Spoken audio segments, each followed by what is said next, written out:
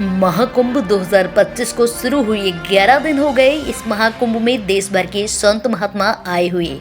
स्वामी अड़गड़ानंद जी महाराज यथार्थ गीता के लेखक शिष्य स्वामी राजेश्वरानंद जी महाराज महाकुंभ को लेकर हमारे संवाददाता आलोक दीक्षित ने बातचीत की। सभी श्रद्धालुओं का स्वागत है और मैं हूं आलोक दीक्षित। इस वक्त महाकुंभ में हैं और महाकुंभ में हमारे साथ जो है महाराज जी हैं। महाराज जी राजेश्वरानंद महाराज जी हैं। आपका बहुत बहुत स्वागत है हमारे साथ बातचीत करने के लिए। महाराज जी देखिए, इस बार कुंभ लगा हुआ है और काफी ज्यादा बेहतर तैयारियां की गई हैं। सबसे पहली चीज तो दर्शकों के लिए और समझाने के लिए आप बताइए कि महाकुंभ का आयोजन क्यों किया जा रहा है। इसी पे बताएंगे। पहले अपना परिचय दें। अभी यहाँ पर मैं यथार्थ गीता केंद्र से गुरु महाराज स्वामी अड़गड़ानंद जी महाराज उनके हम शिष्य हैं और ये सभी भक्त हैं और बाकी महात्मा भी हैं। तो ये इंटरव्यू और ये सब उन्हीं की प्रेरणा से। अब बताते हैं कुंभ का उद्देश्य क्या है। कुंभ का उद्देश्य अनादिकाल से एक ही रहा, अलग अलग उद्देश्य नहीं, एक ही उद्देश्य रहा। उद्देश्य क्या रहा है कि तो शरीर के रहते रहते हम अमृत तत्व को कैसे जान लें, कैसे प्राप्त कर लें। ये कुंभ मेला इसलिए लगता है कि यहाँ पे हजारों साल से लग रहा है। इतिहास बहुत पुराना है। यज्ञ वाले भरद्वाज इकट्ठे हुए। भरद्वाज ने यज्ञ वाले उनके गुरु से पैर पकड़ के रोक लिया। उन्होंने कहा कि आप मुझे बताओ कि अमृत क्या है, अर्थात राम कौन है। तो पूछा और पूरी रामचरित मानस इसी अमृत के कुंभ को पूरा संक्षिप्त माना। इसी तरह गीता है। ये सब क्या है, अमृत तत्व को पाने की विधि है। लेकिन गीता पे हजारों टीकाएं हैं, लेकिन किसी भी टीका में कर्म क्या है, वर्ण क्या है, धर्म क्या है, इन बातों को नहीं बताया गया। उसकी विशुद्ध व्याख्या भगवान की प्रेरणा से यथार्थ उसको पढ़ने के बाद अमृत तत्व को शोध करने की, प्राप्त करने की विधि आप ये प्राप्त। अब ये कुंभ क्या है, कुंभ का मतलब क्या है। कुंभ माने घड़ा होता है। एक तो घड़ा आपने देखा ही है जिसमें पानी भरा जाता है, ये भी घड़ा है। ये तन कच्चा कुंभ है। धीरे फिरे तू हाथ ढलका लागा फूट गया बहुरी ना आवे, साथ में लेके घूमते हैं ना, लेकिन कब मर गए पता नहीं। और इसमें अमृत क्या है जो भरा हुआ है, तो आत्मा ही अमृत स्वरूप है। भगवान कृष्ण गीता में कहते हैं अच्छेद्यम अदायो नित्य सर्वगत। यही शाश्वत है, यही सनातन है और इसी को सनातन कुंभ भी कहते हैं। शाश्वत सनातन जो अमृत है, इसको आत्मा कहा गया।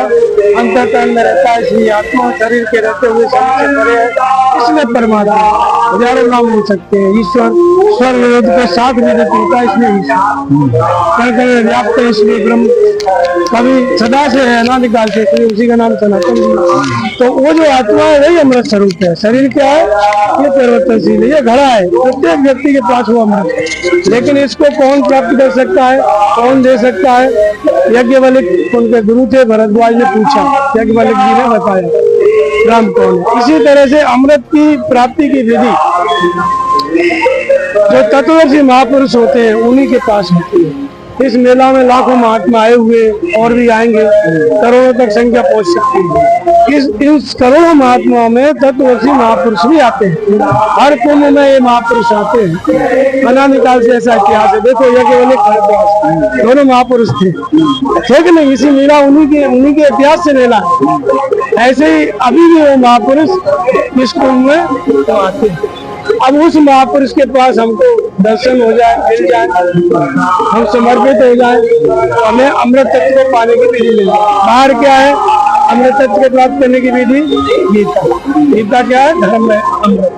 ये तो धर्म है अमृत में कम, ये तो उत्तम परिपास्ते श्रद्धा दाना मत करना भक्तास्ते भगवान कृष्ण कहते हैं ये धर्म है अमृत मैंने तुझे बताया गीता के।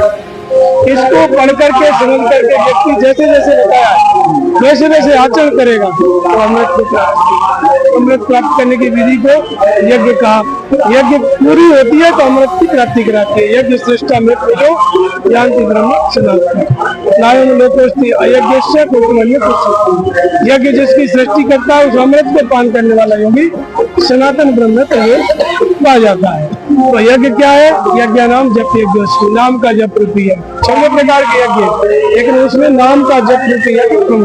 तो कौन सा नाम जप है, ओम का जप। और भगवान कृष्ण का तो श्रद्धा हृदय स्थित ईश्वर में अमृत में स्थिर करें और ओम का जप शुरू करें। जब नाम जपते जपते चित्त शांत हो जाएगा यज्ञ की पराकाष्ठा में, तो जो अमृत स्वरूप आत्मा है उसका ज्ञान होगा और जानत तुम्हें तुम हो जाए, जानते ही वो अमृत स्वरूप हो जाता है, कोई जान लेता है। ऐसे महापुरुषों के पास अमृत रहता है। और वो महापुरुष कौन होते हैं? वो होते हैं चलते फिरते प्रयागराज, वो प्रयागराज स्वरूप होते हैं, क्योंकि परम तत्व का यज्ञ करके भगवान को उन्होंने पा लिया है, तो उनके पास अमृत है।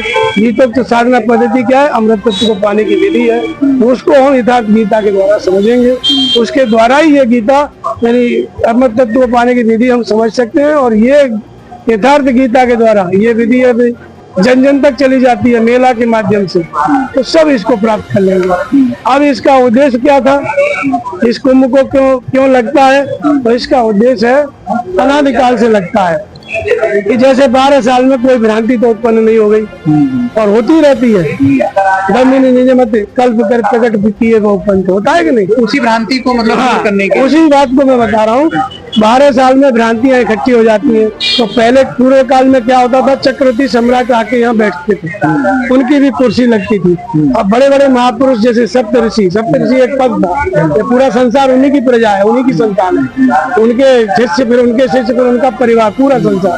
तो सप्तऋषि बैठते थे, जैसे अभी शंकराचार्य है ना, पहले सप्तऋषि का पद था, वो बैठते थे। उनमें से यज्ञवल्क्य भरद्वाज ये भी थे। वो फिर सारे ऋषि मुनि और लोग जहाँ जहाँ कोई भिन्न भिन्न मत के पैदा तो नहीं हो गए, उन सबसे पूछा जाता था, शास्त्रार्थ होता था 1 महीना, और क्षण क्षण के फिर अमृत तत्व को पाने की विधि गीतोक्त साधना पद्धति वो तो पहले से ही थी। अविनाशी योग वो जो है निकल के आती थी। और उस बीच में ये भी पता चलता था कि भाई किसी ने कुछ नया पंथ तो नहीं चालू कर दिया, अगर चालू किया है तो चक्रवर्ती राजा को बताया जाता था, तुरंत बंद किया जाता था उसको। और फिर गीतोक्त साधना पद्धति अमृत तत्व को पाने की विधि उस व्यक्ति को इस कुंभ के माध्यम से, चक्रवर्ती सम्राटों के माध्यम से, ऋषि मुनियों के माध्यम से, जिस जिस क्षेत्र के ऋषि मुनि राजा होते थे वहां पे वही उपलब्ध हो जाती थी। वो सब यहाँ इकट्ठे होते थे, यहाँ से ले जाके फिर घर घर पहुंचा देते। तो इस बार का जो योग बना है 144 साल, ऐसा बताया जा रहा है कि 144 साल बाद महाकुंभ आया है, तो क्या ये योग वाकई में बना है या फिर? ये तो ज्योतिष की गणना के हिसाब से लोग गणित लगाते रहते हैं।